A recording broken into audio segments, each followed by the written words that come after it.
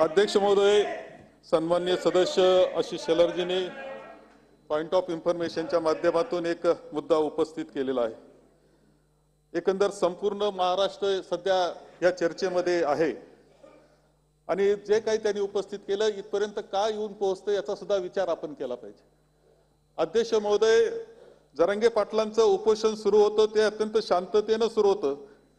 जो मार्ग महात्मा गांधींनी आपल्याला दाखवलेला आंदोलनाचा त्या पद्धतीने सुरू होतं। यापूर्वी सुद्धा मराठा समाजाच्या आरक्षणाकरता मोर्चे झाले, ते मोर्चे लाखोचे असायचे आणि शांततेने मोर्चाचं रेकॉर्ड त्यांनी केलं। हे जगातलं रेकॉर्ड होतं, हे तुम्हाला या निमित्तानं मी सांगतो। अध्यक्ष महोदय, सुरुवात इथून होत असते की अध्यक्ष महोदय चाललेल्या आंदोलनावर उपोषणावर जे कोणालाही माहिती नव्हतं महाराष्ट्रात, कारण मीडिया आम्हाला एवढी साथ देत नाही, कोणाला महाराष्ट्रात माहिती नव्हतं, त्याच्यावर लाठीचार्ज झाला।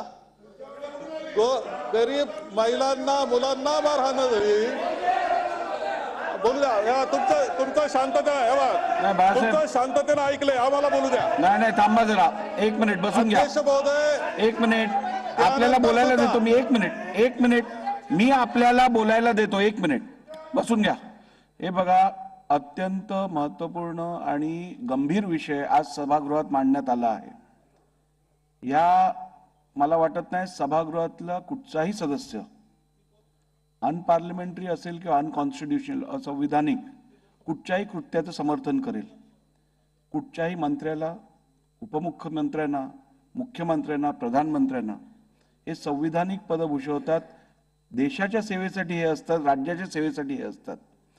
त्यांची जीवहानी किंवा त्यांची जबाबदारी या सभागृहाची आहे, ही आपल्या सर्वांची आहे। त्यामुळे आपण आज जे मुद्दा मांडला गेला आहे तो केवळ ह्या पॉइंटवरती रिस्ट्रिक्ट करा।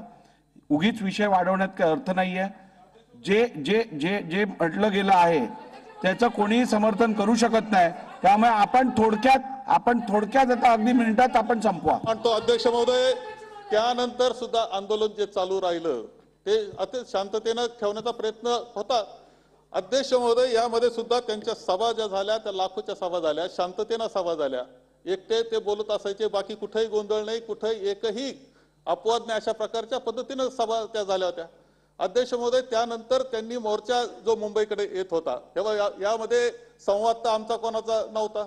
संवाद करणारी आपली सरकार पक्षाची माणसं होती, सतत जात होती, बोलत होती, त्यांच्या दोघांचा संवाद होता। कुठेही आम्हाला महाराष्ट्र शांततेने चालावा, बंधुभावाचं वातावरण सर्व समाजात राहावं या विचाराचे आम्ही आहोत। ज्यावेळेस मोर्चा येत होता आणि नव्या मुंबईला मोर्चा थांबल्यानंतर माननीय मुख्यमंत्र्यांनी काय मध्यस्थी केली, त्यांचे जे कोणी असतील, त्यांचे जे लोक असतील त्यांनी मध्यस्थी काय केली आम्हाला फार माहित नाही। आणि त्या मध्यस्थीनं सर्व शांतता झाली होती, गुलाल उधळला गेला, जल्लोष झाला। आणि मग पुन्हा नेमकं काय घडलं हा प्रश्न माननीय मुख्यमंत्र्यांना आम्ही विचारलेला होता। पुन्हा का आंदोलन चालू झालं हे समजायला तयार नाही, अशी आमची अवस्था आहे। आम्हाला कोणी विश्वासात घ्यायला तयार नाही की नेमकं काय चाललंय, काय हे समजायला तयार नाही। तुम्ही मिठा मारता, कानात बोलता, बरं झालं शांततेनं झाला, महाराष्ट्र शांत राहील ही अपेक्षा होती। पुन्हा हे आंदोलन चालू का झालं आणि त्यामुळे इतकी तीव्रता का वाढली? आता सुद्धा त्यांनी पुन्हा उपोषण सुरू केलं, त्यांच्यावर आरोप प्रत्यारोप सुरू झाले। अध्यक्ष महोदय, काही चुकीचं बोलू नाही या मताचा मी सुद्धा आहे। महाराष्ट्राची जाळपोळ, महाराष्ट्राची राखरांगोळी पाहण्याकरता आम्ही नाही, आम्ही महाराष्ट्र शांततेने बंधुभावानं चालला पाहिजे याच मताचे। आरोप करताना सुद्धा व्यक्तिगत आरोप कधी केले जाऊ नये या मताचे आम्ही आहोत। काही त्या बाबतीत कोणतेही समर्थन त्या पद्धतीचं आम्ही करणार नाही। परंतु जरांगे पाटील जे उपोषणाला बसलेले आहेत त्यांचा 17वा दिवस कालचा होता असं मला समजलं। त्यांच्यावर काही आरोप सुरू झाले, आरोप करणारे आले कुठून, आरोप का करीत होते आणि त्याच्यातून ते काय राजकीय माणूस नाहीये, अत्यंत सरळ साधा बिगर राजकीय व्यक्तिमत्व ते आहे। त्याला त्यांच्यावर ज्यावेळेस आरोप झाले अध्यक्ष महोदय, त्या आरोपानंतर बोलायला लागले त्या गोष्टीचं मी समर्थन करणार आहे। चुकीचं जे बोललं गेलं असेल, व्यक्तिगत जे बोललं गेलं असेल त्याचं मी समर्थन करणार नाही, पण त्या मागची भावना आपण ओळखली पाहिजे की का असं होतंय याची भावना ओळखली पाहिजे। आणि तुमचाच संवाद होता, तुम्ही जे कशी बोलत होते, तुम्हीच कानात बोलत होते, शेवटी त्यांचं समाधान करणं, समाधान करणं ही जबाबदारी सुद्धा आहे। त्यांना सुद्धा मोडून काढू हे आंदोलन असं म्हणणं योग्य नाही.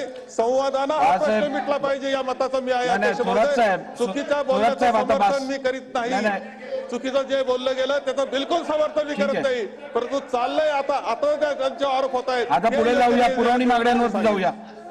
नाही, आता पुरवणी मागण्यांवर. नाही, अध्यक्ष महोदय.